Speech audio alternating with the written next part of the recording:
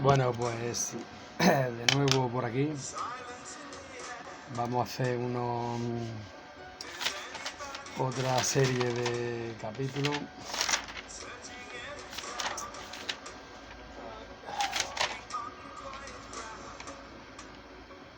Otra vez por aquí desde Granada. Pues bueno, siguiendo la serie de capítulos iniciales con temas relacionados con la actualidad, ¿no? Sáhara, Ceuta, sobre todo Israel-Palestina, que es el que más nos habíamos extendido, que parece que ha descendido algo el nivel de enfrentamiento en los medios, y es el que vamos a dedicar unos capítulos más de complemento. Después el siguiente quisiera que fuera Cuba, siempre enfocado desde el punto de vista histórico, ya que sabéis que en la actualidad no me gusta entrar. Está todo muy bipolarizado, manipulado, y tienen que pasar décadas para que sepamos la verdad. Bueno, entonces nos vamos atrás.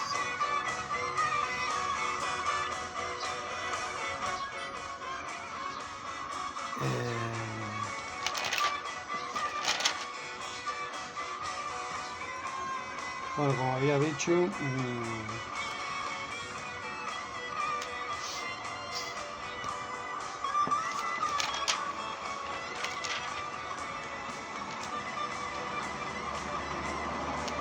vamos a explicar más o menos los hechos, aunque se salen de la versión oficial.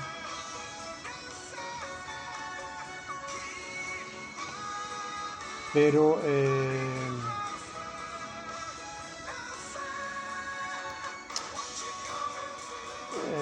¿por qué no? Explicaremos por qué no aceptaron los palestinos la resolución de la ONU de 1947 y por qué incomprensiblemente la guerra con la Liga Árabe. Vamos, digo incomprensiblemente porque muchos contra uno, ¿no? Pero bueno. Bueno, estas nuevas explicaciones, aunque como vimos en los capítulos prácticamente todo está explicado, pero vamos a ver algunas puntualizaciones nuevas.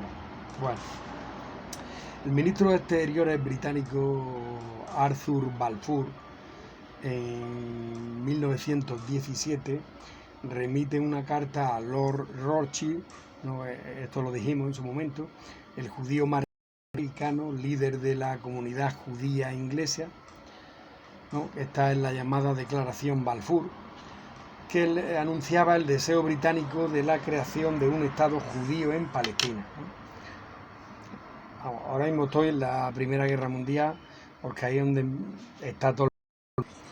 Aunque qué coraje, tío, era un anuncio. O recurriremos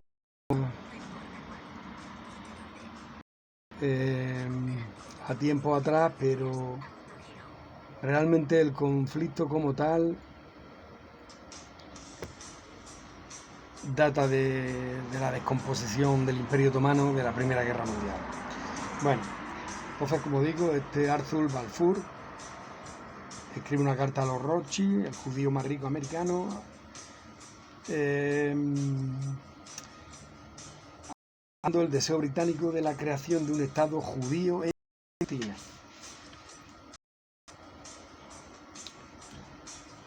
Por todas las comunidades de una alianza judía repartida por todo el mundo. Bien así,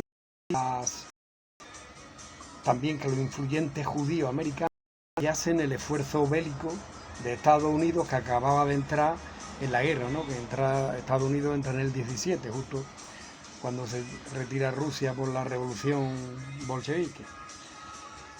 Entonces, de esta manera era un aliciente pues, para darle un empujoncito a la guerra y que la ganaran los aliados.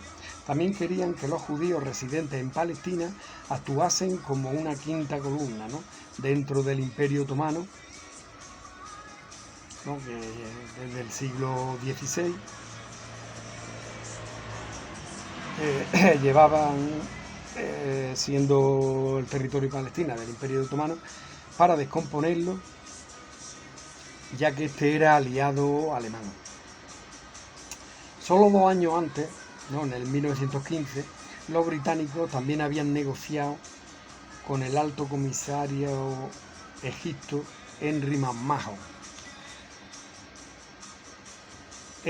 ¿no?, el alto comisario egipcio, con el alto jefe de la Meca, Hussein Ben Ali, para promover una resolución árabe desde Arabia hasta Siria en contra del poder otomano, ¿no?, para promover una revolución árabe desde Arabia hasta Siria en contra del poder otomano, prometiéndole que una vez terminada la guerra los territorios quedarían en poder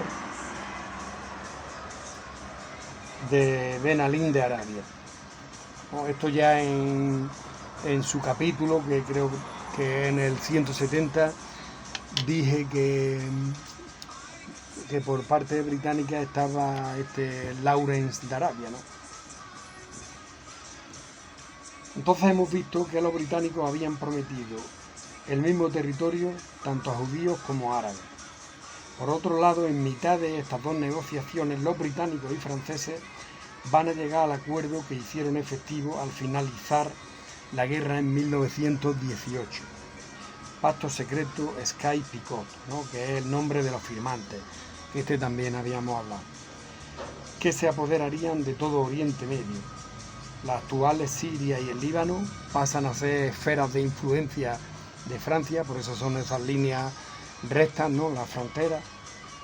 Irak, Jordania, Israel y Palestina se convirtieron en un protectorado británico. Tanto árabes como israelíes no estaban dispuestos a renunciar lo que diferentes personas, pero británicas, del país más poderoso, le habían prometido. Bueno, pues entonces vamos a empezar la explicación de esto. Esto es de un texto documental de Alberto Garín, Orígenes históricos de Israel y Palestina. Bueno, en principio vamos a hacer como un histórico, porque ya quieren remontarse a los filisteos, ¿no?, que es el siglo -13, o sea, 1300 años, más los 2000, más de 3000 años, 30 siglos, son los pueblos del mar.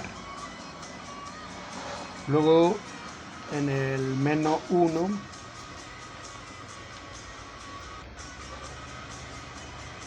o sea, en el año -1 más o menos, pues Herodes y los filisteos, y lo que habíamos, que todo eso lo vimos, Sansón, las tribus de Jacob, Moisés, etcétera. Todas esas tienen su parte de leyenda, pero bueno. Luego ya el año 0, Jesucristo, el profeta, y aquí parece ser que hay el primer, digamos, porque el cristianismo es como una escisión del judaísmo, porque claro, en aquellos momentos los romanos los veían a todos iguales, ¿no?, como nosotros ahora vemos a todos los cristianos ortodoxos iguales, y sin embargo hay ahí sirios, de ortodoxia. Pues aquí salió Simón Zelote, que era como un revolucionario cristiano que quería expulsar a los romanos, pero el efecto fue al contrario, los romanos expulsan a los cristianos y, en fin, como digo, entre Herodes y Adriano, siglo I, provocan la primera diáspora judía. Eran revueltas que surgían en contra del poder romano. Un judío llamado Simón Zelote es un revolucionario en contra de los judíos, como el primer católico. Se llevan a muchos, o sea, el efecto, como digo, es el contrario, ganan los romanos y a muchos judíos los hacen cautivos y se los llevan a Roma. La diáspora no era una cosa exclusiva judía, era una práctica habitual de los romanos. O sea que ahora, por ejemplo, nosotros siempre la relacionamos, la diáspora, con los éxodos judíos, pero eran los romanos cuando conquistaban alguna tierra, pues expulsaban a todos los movimientos disidentes. Por ejemplo, en la Casa Preso-Ibérica expulsan a todos los cántabros que estaban en contra de los romanos. Y entonces coñazo, tío, ahora anuncios por todos lados. Bueno, pues entonces digamos que el cristianismo fue una secta judía en sus orígenes, que incorpora a un profeta nuevo, es la única diferencia, no Jesucristo. Parece ser que con Justiniano, en el siglo IV, negoció con los cristianos. Justiniano ya era emperador romano, o ya sería del Imperio Bizantino, o de los últimos del Imperio Romano. No sé si estaba dividido o para dividirse. La cosa es que ya, porque el Imperio Romano se convierte al cristianismo. Entonces este negoció con los cristianos porque habían vencido a los judíos, y podría haber sido al revés. Y hoy en día los judíos serían la religión mayoritaria desde aquel momento, ¿no? O sea, sería la religión mayoritaria, ¿no? Y ya pues desde aquel momento empieza la persecución judía por parte del cristianismo, ¿no? Porque eran digamos, las dos religiones rivales. Adriano, al final del Imperio Romano, siglo IV y V, crea la provincia Siria-Palestina, utilizando un topónimo filisteo, ¿no? Que estos estaban asentados en la franja de Gaza, los filisteos, y para denominar todo el territorio y ofender a los judíos, que antes se llamaba todo eso Judea, pero como habían tenido su revolución con ellos, su altercado, y habían perdido, pues entonces se vengan de ellos llamando a toda la región Palestina. Ofenden así a los judíos y a los cristianos, que en ese momento los romanos los veían muy parecidos, ¿no? Como he dicho.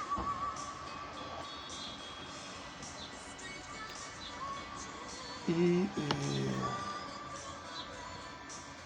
pues eso. Luego todo esto más o menos sería hasta el 450, ¿no? Que ya a la caída de Roma y del Imperio Bizantino. En el 650 ya llega más o menos, 610, perdón, Mahoma y el Islam, que se hace con parte del Imperio Bizantino, ¿no? Lo que llaman el creciente fértil.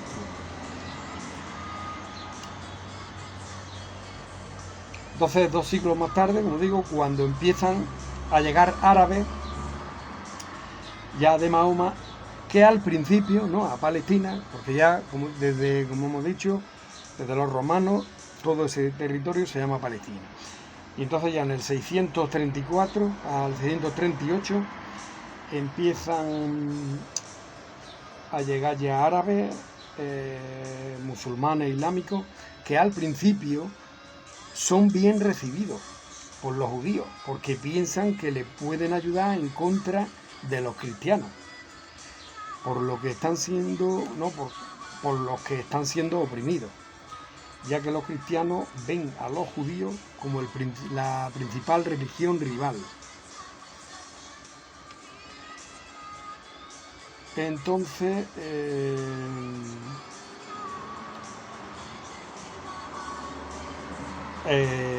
se forma aquí, o forma parte Palestina del califato musulmán, a pesar de que también había un patriarca cristiano, ¿no?, en Jerusalén.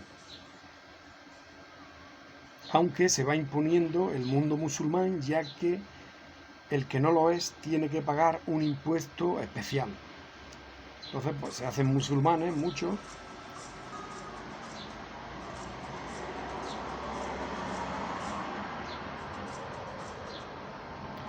Entonces, como digo, desde el punto de vista religioso se va imponiendo el Islam. Muchos se convierten y así se quitan el problema de encima.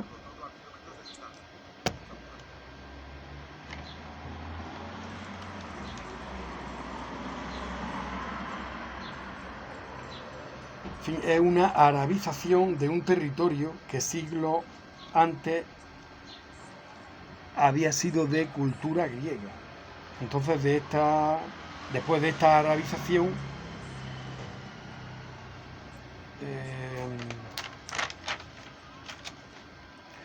los judíos y cristianos van a hablar como lengua franca el árabe. Incluso hasta desde entonces, ¿no? Desde el siglo VII, ¿no? Desde la conquista o invasión musulmana hasta el siglo XX, hasta primero del siglo XX, ¿no? Ya al inicio de la Gran Guerra. Y por aquí no voy a avanzar más.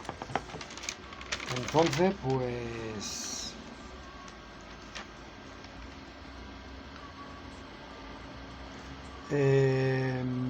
antes de la llegada de los árabes, pues había una mayoría de cristianos y pequeñas comunidades judías. Y entonces, pues bueno, como digo, una persecución al mundo judío por parte de los cristianos.